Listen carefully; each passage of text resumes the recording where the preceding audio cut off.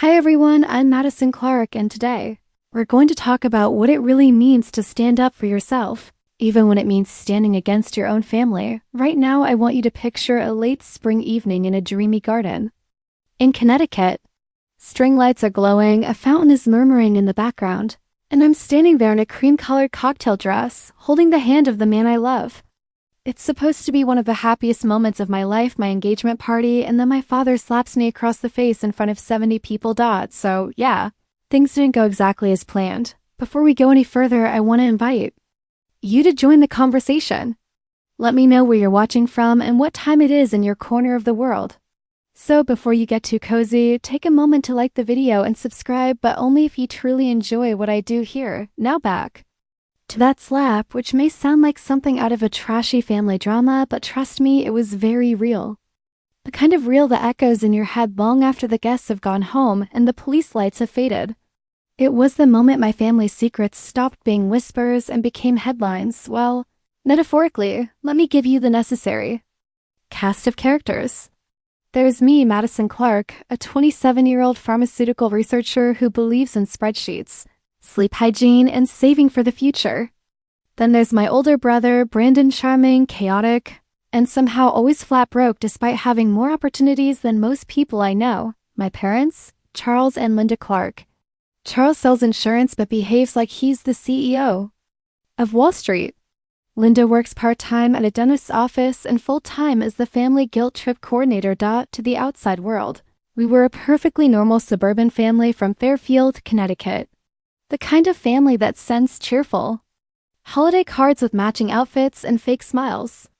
Behind the scenes, credit card debt, second mortgage, and an emotional seesaw where Brandon was the golden child and I was the reliable mule pulling the cart. I started working at 16, not just for gas money, but because I already knew no one was saving for my future. I watched my parents throw thousands into bailing Brandon out of mess after mess. When he totaled a car, they bought another. When he dropped out of community college, they said he was finding his path. Meanwhile, I learned early how to pack my own lunch and find online coupons that stacked up. By the time I was 22, I was working in a pharmaceutical lab by day, waitressing twice a week at night, and budgeting like my life depended on it because, honestly, it kind of did. I didn't just want a wedding someday, I wanted a life that felt stable, predictable, safe. Over the next 5 years, I saved $50,000. Let that sink in. $50,000. Not from a trust fund or a tech job or stock tips, just grit, discipline, and a very nerdy Excel sheet I named The Plan. And then came Dylan Hart. He wasn't flashy. He wasn't a finance bro or a guy with 6 side hustles and 0 savings. He was a software engineer I met at a conference on drug development automation, and yes, I know that sounds impossibly boring, but our eyes locked over a shared complaint about hotel coffee, and the rest was chemistry, quite literally. From the beginning, Dylan respected my boundaries. When I told him about my wedding fund, something I'd been quietly saving for even before I met him, he didn't flinch. He didn't laugh. He contributed. He told me he admired my discipline. And I believed him because Dylan never said things just to be nice. So we got engaged. We planned a party. His parents flew in from Seattle. My college roommates took time off work. I handmade the calligraphy on the seating cards. It was going to be perfect, except Brandon had just run his customized hydration startup into the ground. The business was 1 part energy drink, 2 parts pyramid scheme, and 100% doomed. The fallout? He owed $70,000 to investors. I later found out those investors weren't exactly working through legal channels. Cue the phone calls from my mom. Brandon's been having a hard time. Life isn't fair to dreamers. You always land on your feet, Maddie. I knew the rhythm. This was the setup. The ask was coming, and it came on the night of my engagement party. We hosted it at a venue called the Willowgate, a dreamy place with a koi pond and white trellises. I had booked it myself with money from my fund. I arrived early with Dylan. Everything was perfect. My heart felt full. Then my parents showed up. My mom's eyes were darting around like she was scanning for price tags. My dad went straight for the bar. Brandon showed up in a wrinkled shirt and sneakers. He gave me a weak smile and muttered, "Nice setup. Must have cost a lot." I should have known. The moment I saw the 3 of them huddling near the pond, With concerned faces and urgent whispers, I should have guessed.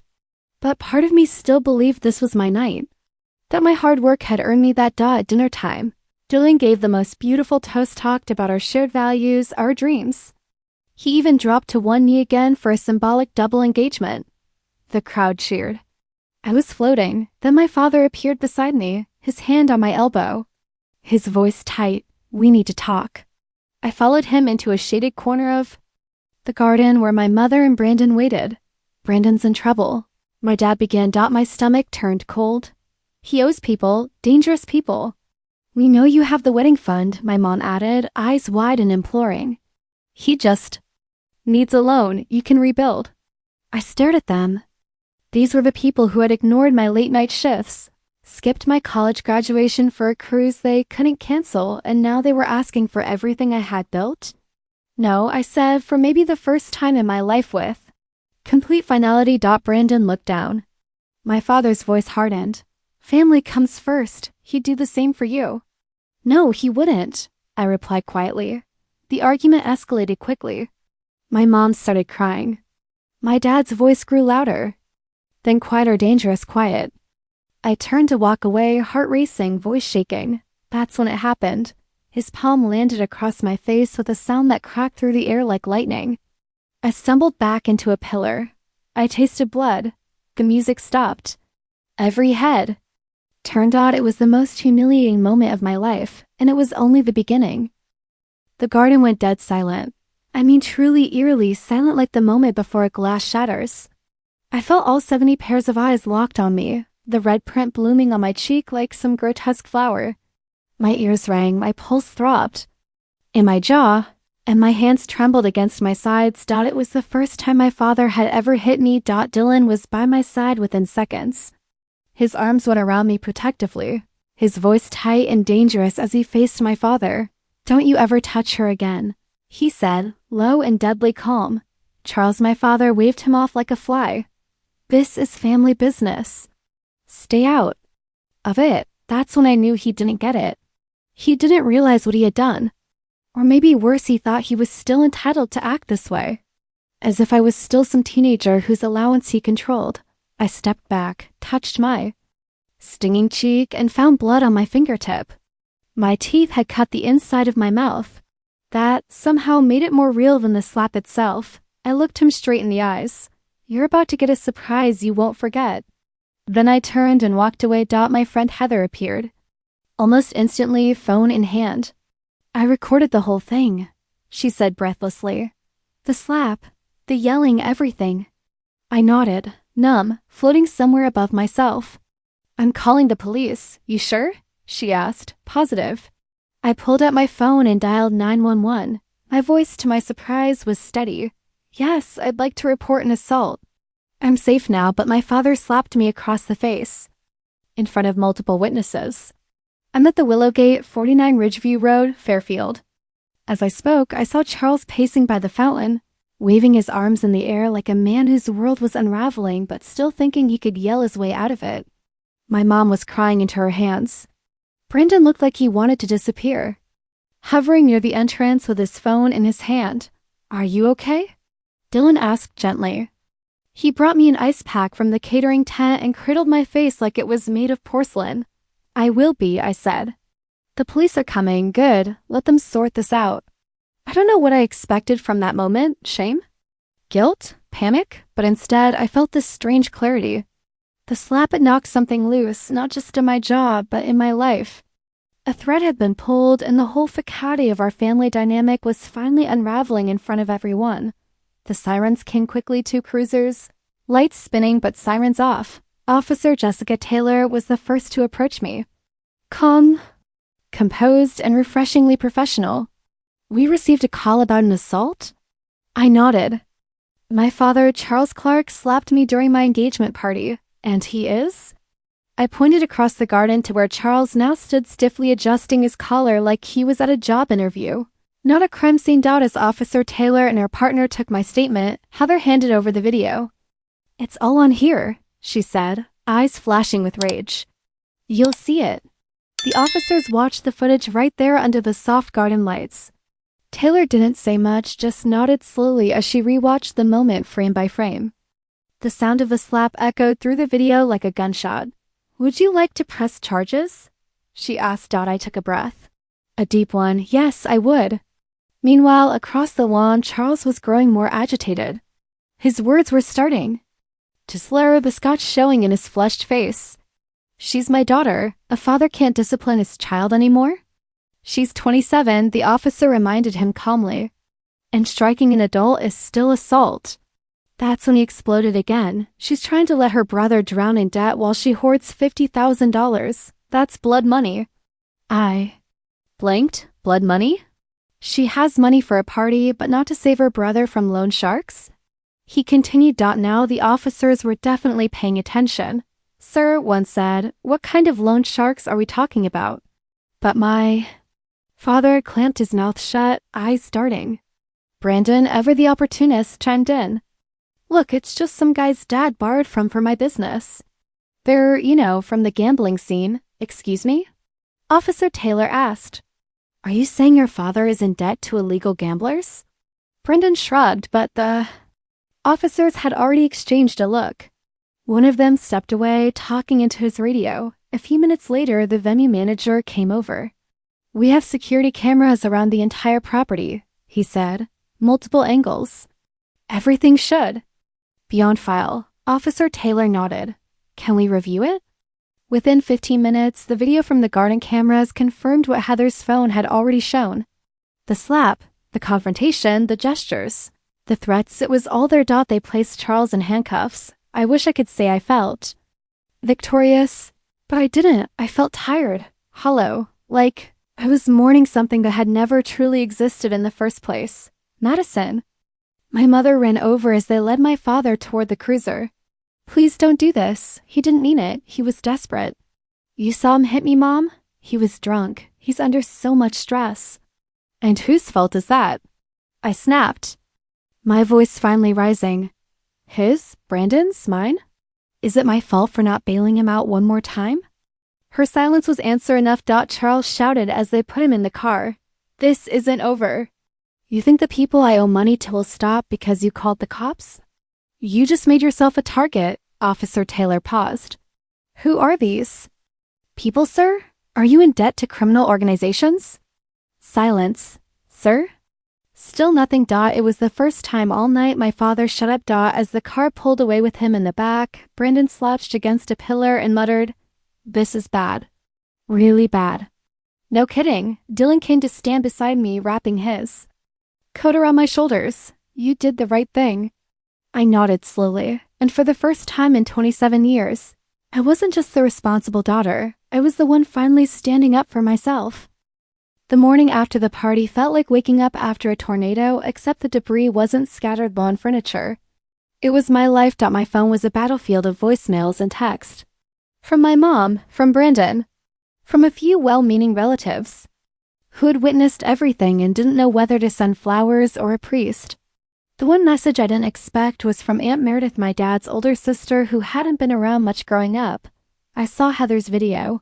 She wrote, "Call me when you can. There's something I need to tell you." By 10 a.m., I was sitting on my couch with an untouched cup of coffee, staring blankly at the video Heather had posted privately in our friend group. The sound of that slapu, it made my stomach turn. Even knowing it was coming, I flinched every time. Dylan came in, setting a warm hand on my shoulder. "You ready to talk to your aunt?" I nodded, though I wasn't. Meredith answered on the first ring. "Madison, sweetheart, I'm so sorry you had to go through that." And in front of everyone, "Thanks," I said softly. I single quotes M. Still processing it, I figured. "But I wanted to get in touch before your mom or Brandon tried spinning this story again." That gave me pause. "What do you mean?" There was a rustle on the other end, like she was moving to a quieter spot. 3 years ago, Charles came to me asking for $20,000, said it was to help you pay for grad school. Said you'd gone into Johns Hopkins but needed help covering tuition upfront while financial aid kicked in. My heart stopped. I've never even applied to grad school. I know that now. At the time, it sounded legit. He had your college transcript and everything. I wrote the check. Oh my god, he used my name to scam you? And I'm guessing I'm not the only one. She added grimly. She wasn't. Over the next 48 hours, the skeletons fell out of the closet like it was Halloween. My cousin Ava messaged me to ask if my knee surgery had gone okay. Apparently, my dad had told her he needed to borrow $3,000 for a procedure I'd supposedly kept secret because I didn't want to burden the family.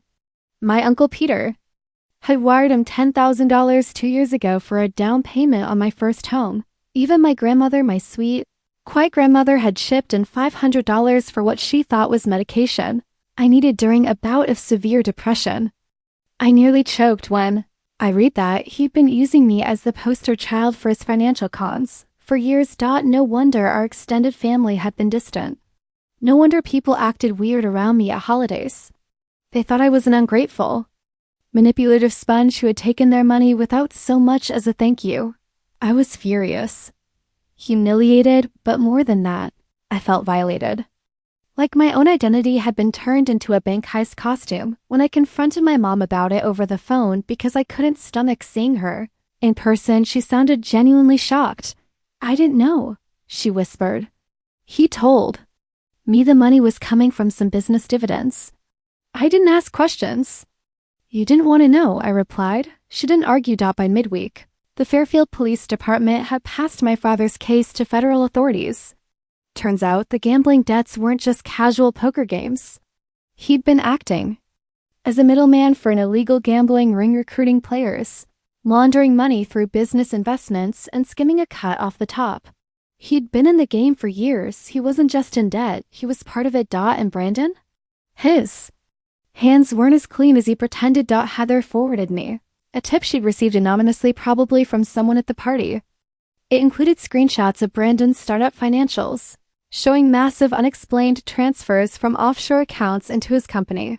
And out again within days, the FBI got involved. Brandon was named a person of interest in the investigation. Suddenly, my golden boy brother was no longer the poor, misunderstood entrepreneur. He was a walking indictment in a wrinkled dress shirt. And me? I started therapy. Dr. Rose McMillan specialized in family trauma and financial abuse. She had kind eyes and a quiet way of asking questions that made you realize how long you've been gaslighting yourself. I always thought I was the cold one, I told her in our first session. Too rigid, too obsessed with planning. Everyone else was go with the flow, and I was the stick in the mud. She nodded. That's a common story. The responsible child becomes the villain in a dysfunctional family dynamic. You're punished for having boundaries, for saying no. I cried for almost the entire session. Then I went home, opened my old budgeting spreadsheet, and added a new column labeled therapy. It felt like the most important investment I'd ever made. Meanwhile, Dylan's sweet, patient, brilliant Dylan stood by me like a damn lighthouse. He cooked for me, handled phone calls I couldn't deal with, and never once suggested I get over it. One night, curled up on the couch, he asked gently, "What do you want to do about the wedding?" I hesitated. I don't think I can walk down an aisle in a room full of people right now. Then we don't do it that way, he said simply. We do it however you want, or not at all. We'll figure it out together. That's when I knew for certain, no matter what kind of family I come from, the one I was building with Dylan was going to be different. Healthier, stronger. Mine. I didn't respond to my mother's text for 4 days. Every message she sent came in a different flavor: guilt, panic, passive aggression. She rotated them like emotional laundry. He didn't mean it. You've always been so cold, Madison. You don't understand how scared he is. Each time my phone lit up, a cold sweat broke out across my back. Eventually, I muted the entire family group chat and turned off read receipts. That was when I knew I wasn't just angry anymore, I was. Dylan and I spent the weekend trying to reclaim some semblance of peace. We made pancakes Saturday morning and binge-watched nature documentaries. But every time Attenborough whispered about predators and prey, all I could see was my father circling the edge of my life like a wolf in a tailored blazer. By Sunday evening, I had rewritten my entire concept of family, what it meant, who qualified. I didn't cry as much anymore. I journaled instead, furiously, obsessively documenting every memory, now reframed in brutal clarity, like the Christmas when Brandon got a used BMW and I got socks with my initials sewn in, or the time I got grounded for refusing to co-sign. Alone with Brandon for his freelance cinematography business, which, by the way, was just him filming beer pong tournaments and calling it visual storytelling. But the thing that haunted me most was that Thanksgiving 2 years ago, I'd just gotten a promotion at the lab and told my parents proudly over dinner. My father barely looked up from his plate. Brandon, red-eyed and hungover, had muttered something about how corporate jobs kill your soul. And my mother? She'd smiled and said, "Well, at least you're stable. Brandon needs time to find what lights him up." That was the night I started to shrink. I hadn't realized it until therapy, but I'd been emotionally compressing myself for years, making myself smaller, quieter, less needy.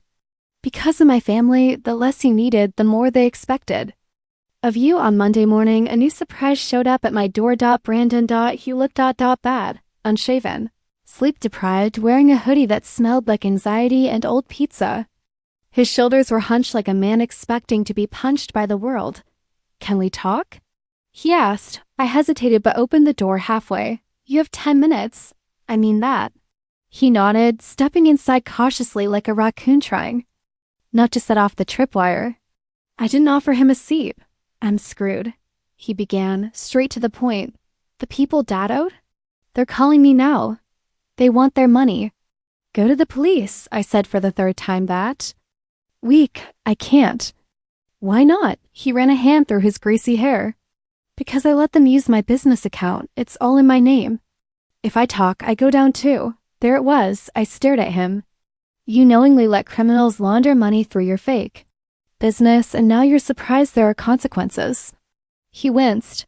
"It wasn't supposed to go that far." "What exactly was supposed to happen?" I snapped. "That they'd just forget about 70 grand? That you'd suddenly go viral for inventing almond-flavored electrolytes?" He looked ashamed. "That was new. I made a mess," he said quietly. "I know that. I just I don't have anyone else." "Not true," I said. "You had Mom. You had Dad. You had thousands of dollars over and over again. You had chances I never got." He blinked hard. "I didn't mean to drag you into it, but you did." Silence stretched between us like a cracked sidewalk. Finally, I exhaled. "What do you want from me, Brandon?" "I don't know," he admitted. "Advice? A loan?" "Not 50 grand, just enough to buy time." I laughed sharp, humorless. "You want a loan from the woman your father slapped in public? From the fund I've protected for years while you burned through everything? Like it was Monopoly money?" I said I was sorry. "Say it louder." "Say to the 70 people who watched me bleed in a garden while you stood there like a sad puppy." He winced again. Then something shifted in his face. Defeat maybe, or understanding. "I'll figure something out. I won't bother you again." And he left. He actually left. I locked the door behind him and felt a strange, electric calm wash over me. Not joy, not relief. Just stillness. Dr. McMillan called it a boundary milestone. That week, the Department of Justice officially charged my father with multiple counts of financial fraud, illegal gambling operation, and assault. The plea deal was being drafted. If he accepted it, he'd spend 18 months in a minimum security facility, followed by probation and court-ordered restitution to every family member he defrauded, including me. My mother was apoplectic. "He's not a criminal," she sobbed over the phone. "He'd just gotten over his head. He was trying to help." "Help who?" I asked. "Brandon? Or himself?" Silence. "Will you at least come see him before he reports?" she asked, tone dropping to a pleading whisper. "Say goodbye. Give him some peace." I told her I'd think about it. Then I cried for 2 hours, not because I was torn, but because I knew the answer. I just didn't know if I could live with it. That Friday, Dylan and I sat on our tiny balcony, sipping tea and watching the sun disappear behind a line of uneven rooftops. "You know," I said softly, "I think I want a different kind of wedding." He turned to me, patient as ever. "What kind?" "Small, quiet, honest." He smiled. "Sounds perfect." It did. I didn't need the floral arch or the 5-tier cake or the massive guest list. What I needed was a beginning that didn't carry the weight of family betrayal and performative apologies. Just me and the man who stayed, and maybe a chocolate cupcake or two. 2 weeks later, I stood outside my childhood home, an aging two-story colonial with faded shutters and a crypt mailbox, wondering why. I had agreed to come. Closure. That's what Dr. Macmillan had called it. Not for him, for me. My mother had insisted on hosting the goodbye in the living room. He's still your father, she'd said, like that title carried an unshakable moral weight. Regardless of what came attached to it, Charles Clark was thinner than I remembered. Stress had carved harsh lines into his face, and the man who once strutted through life with inflated confidence now looked like someone desperately clinging to a script that no longer made sense. He didn't stand when I entered.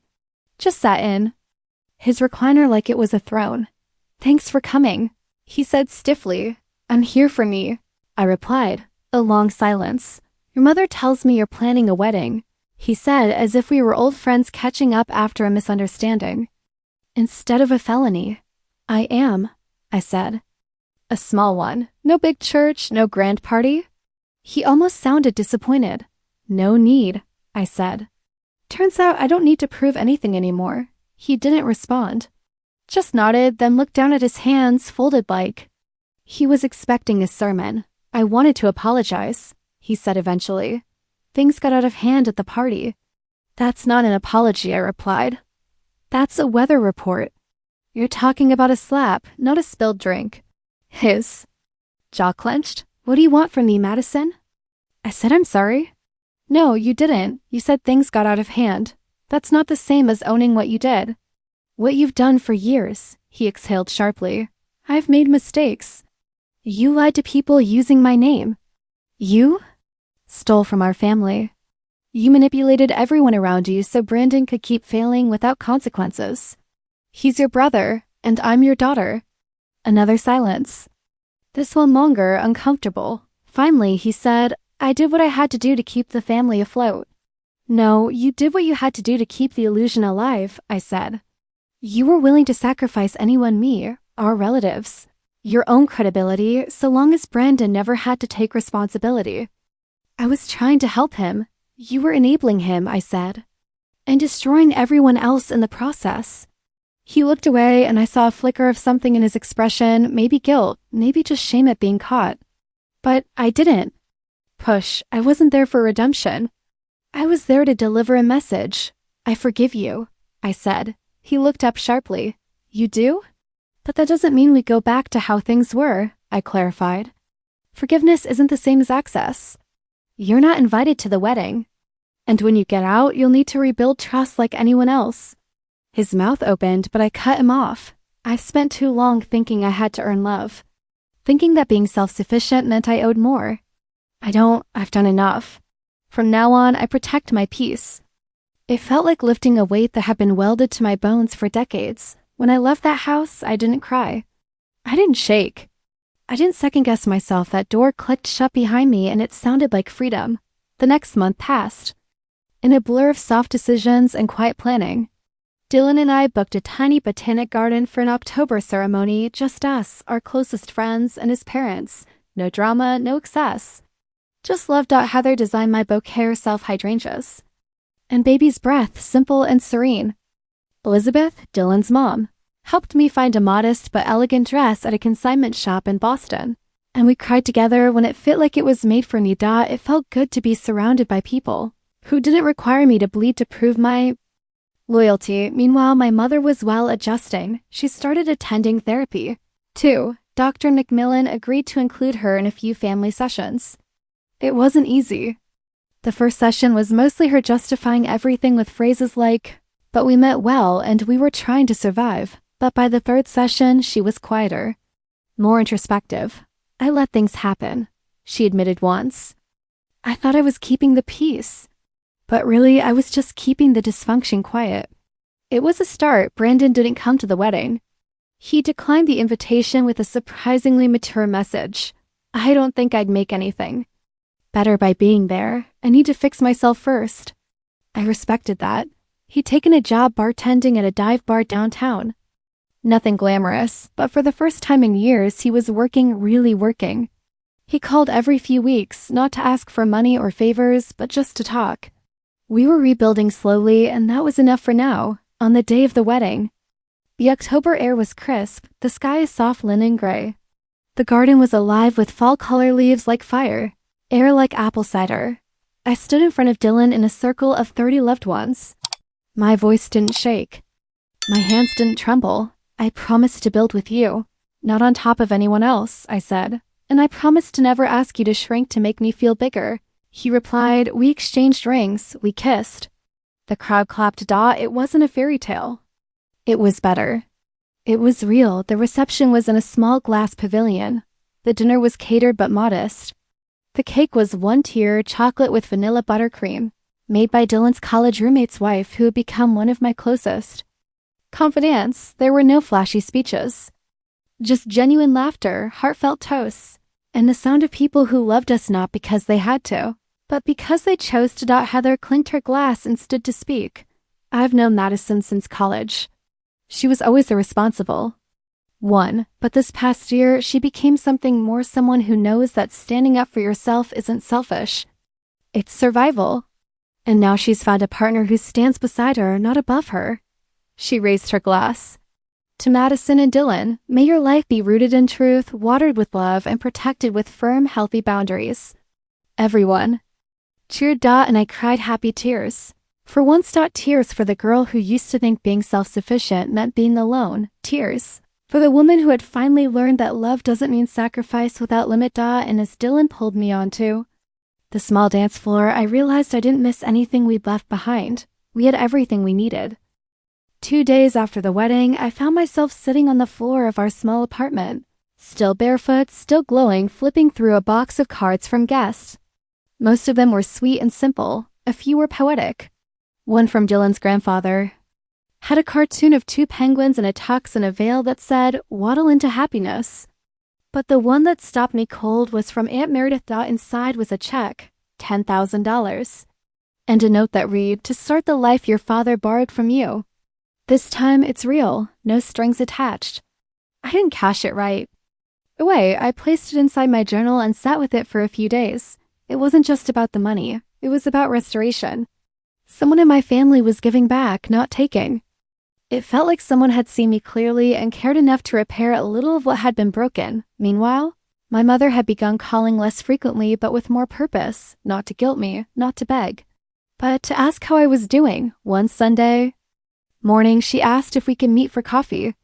"No pressure," she said. "Just ... if you're open to it." So we met at a quiet little cafe near the botanical gardens.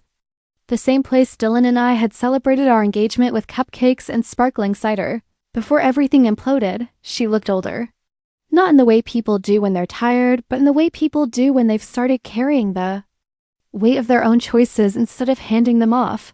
"I've been reading books about boundaries," she said after we sat down. "Your therapist recommended a few."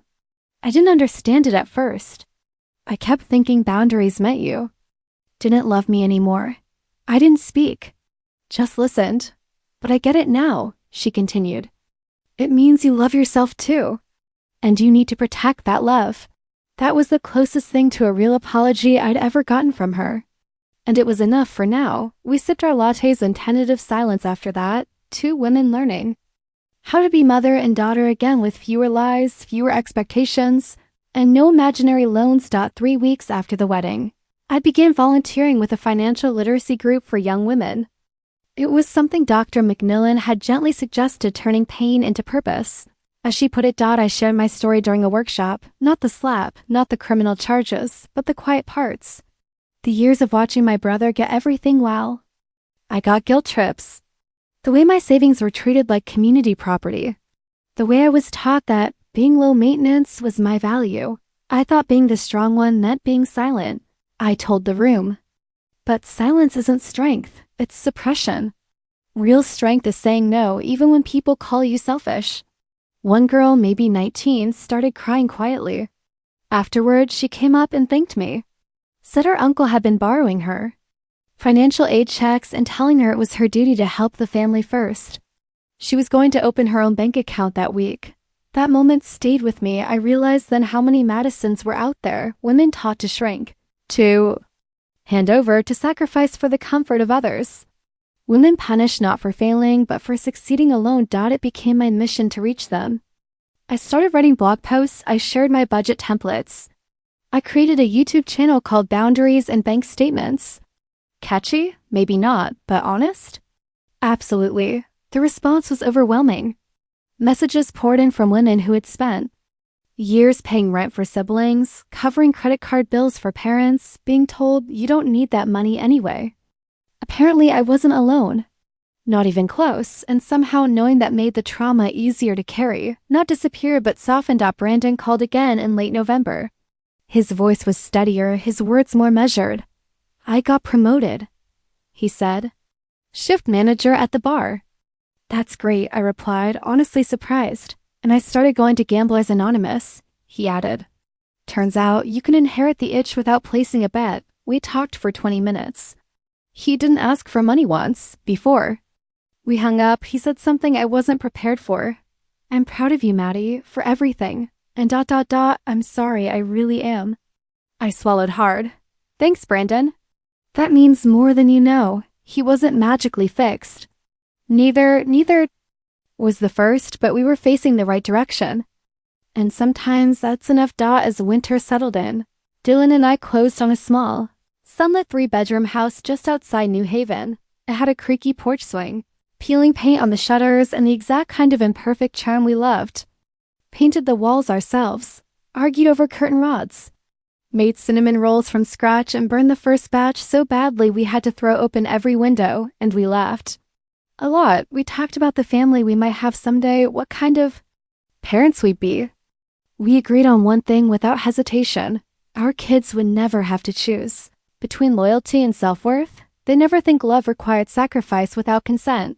One night, while brushing my teeth in our slightly too yellow bathroom, I looked at myself in the mirror and saw someone new, still Madison Clark.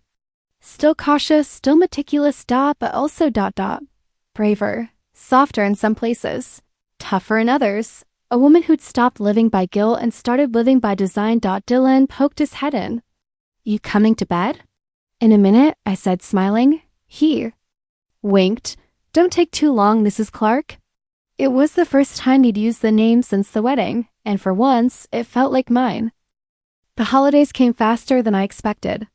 It felt like one minute I was dancing in a garden in a simple white dress, and the next I was standing in a crowded aisle at Target, debating between 2 flavors of hot cocoa mix for our first Christmas together. We decided to host. Just Dylan's parents and a few friends. No drama, no fake smiles. No expectations other than cozy socks, mismatched mugs, and a lot of comfort food. And for the first time in years, I didn't dread December. My mom sent a card. It wasn't elaborate. Just a pale blue snowflake design with her handwriting inside. Thinking of you this season. I hope you're warm, happy, and at peace. No asks, no guilt, just a gesture. I cried for 15 minutes after opening it. Because when someone stops expecting everything from you, a simple sentence can feel like a miracle. Around New Year's, I got an email from a journalist who had seen one of my blog posts. Would you be open to sharing more of your story? She wrote, We're doing a series on financial abuse within families, especially how it impacts women. At first, I hesitated. Putting my story out there, truly out there, meant giving up control of the narrative. What if people didn't believe me? What if someone from my extended family saw it and sent another guilt-laced email? But then I remembered that 19-year-old girl from the workshop. The one who cried and said she finally saw her situation for what it was. And I thought, if my story can do that for someone else, how can I keep it to myself?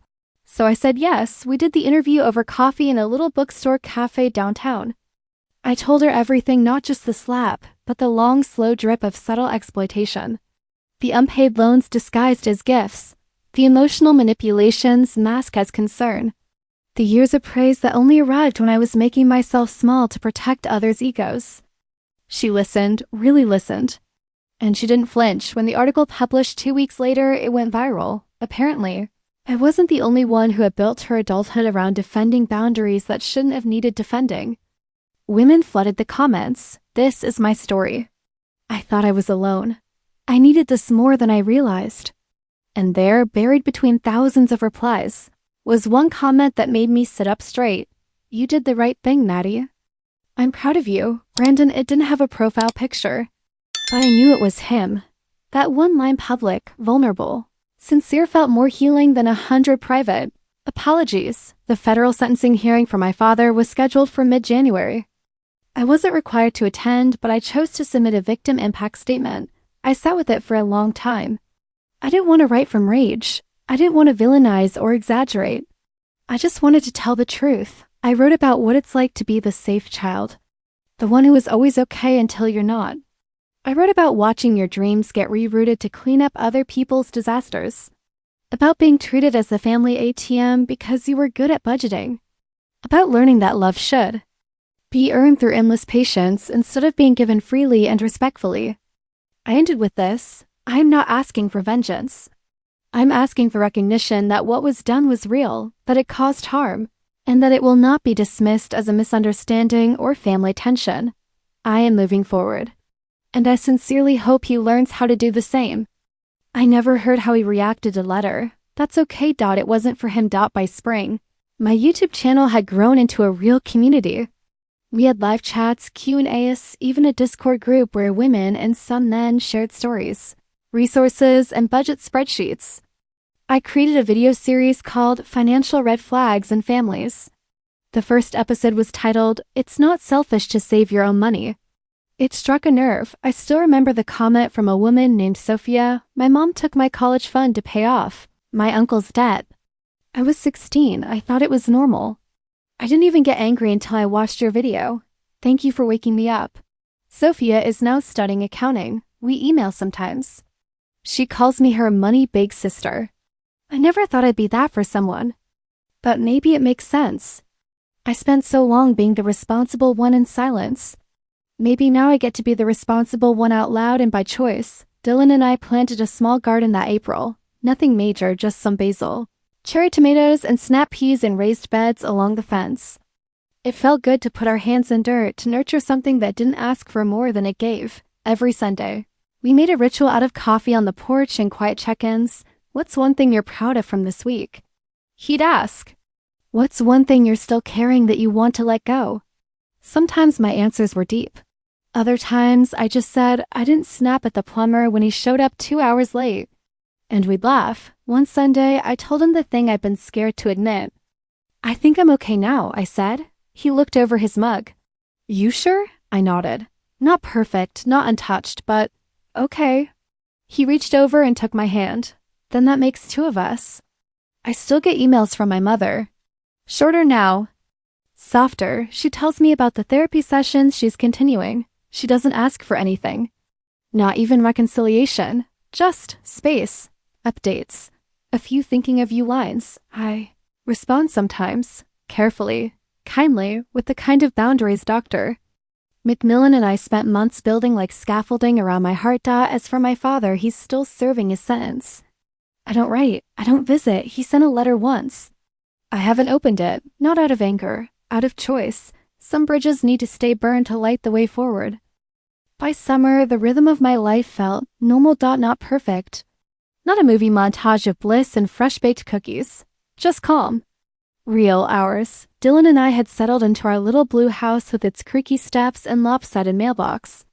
We hosted Sunday brunches with mismatched mugs and hash browns slightly burnt at the edges. We argued about silly things like laundry temperature and who left the porch light on, and then laughed about them an hour later. And every now and then, we still danced barefoot in the kitchen while waiting for water to boil. One Saturday evening, we were sitting on the porch watching fireflies blink lazily across the lawn when Dylan asked, "If you could go back, would you change anything?" It was a hard question, because of course, there were moments I would have erased if I could. The slap, the betrayal, the years I spent blaming myself for not being easier to love, but I wouldn't be here without them. I wouldn't change how. "It ended," I said finally. Just how long it took me to believe I deserved better. Dylan squeezed my hand. "Well, you do. And you always did." I smiled at him, but my thoughts drifted. Later that week, I received a small envelope in the mail. No return address, just my name written in familiar, sharp handwriting. It was from my father. Again. Unlike the first letter. This one I opened. Inside was a single piece of paper lined like it had been torn from a legal pad. The writing was shaky. "I know you have every right to ignore this. I just wanted to say I understand now about the boundaries.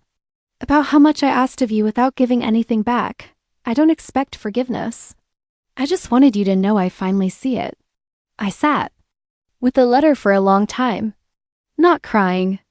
Not angry. Just reflective. Seeing him acknowledge it even distantly was a ripple across still water. Not enough to dive back in, but enough to say maybe he was learning something too. I didn't write back. Sometimes silence is the only answer that respects everyone's truth. The garden we planted in spring was wild by midsummer. The basil threatened to take over the fence, and the cherry tomatoes had escaped their cages, spilling like a little red rebellion across the soil. It was chaotic and imperfect, and I loved it fiercely. One evening, I picked a handful of tomatoes while listening to my latest video upload, getting comments in real time. The episode was about emotional overdrafting, a term I'd coined to describe when you give more than you have just to keep peace. It struck a nerve again, one woman wrote. I just said no to my dad for the first time. He wanted me to co-sign a car loan for my brother.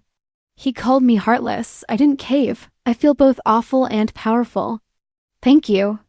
And another, your story made me realize my parents only saw me as the fixer. I'm done being their emergency plan. I'm building my own. Each message lit something up inside me. I wasn't just healing, I was helping others find their footing. That I realized was the real wedding gift, not the house, not the dress, not the vows as beautiful as they were.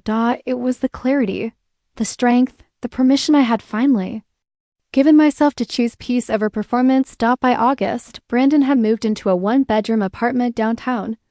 Nothing fancy, a little rough around the edges, but his. He texted me pictures, a lamp he found on Facebook Marketplace, a folding chair that doubled as a desk seat, a box of instant mac and cheese he claimed was fuel for redemption. He was still going to his meetings, still working the late shifts at the bar, and he had started saving small amounts, $20 here, $50 there.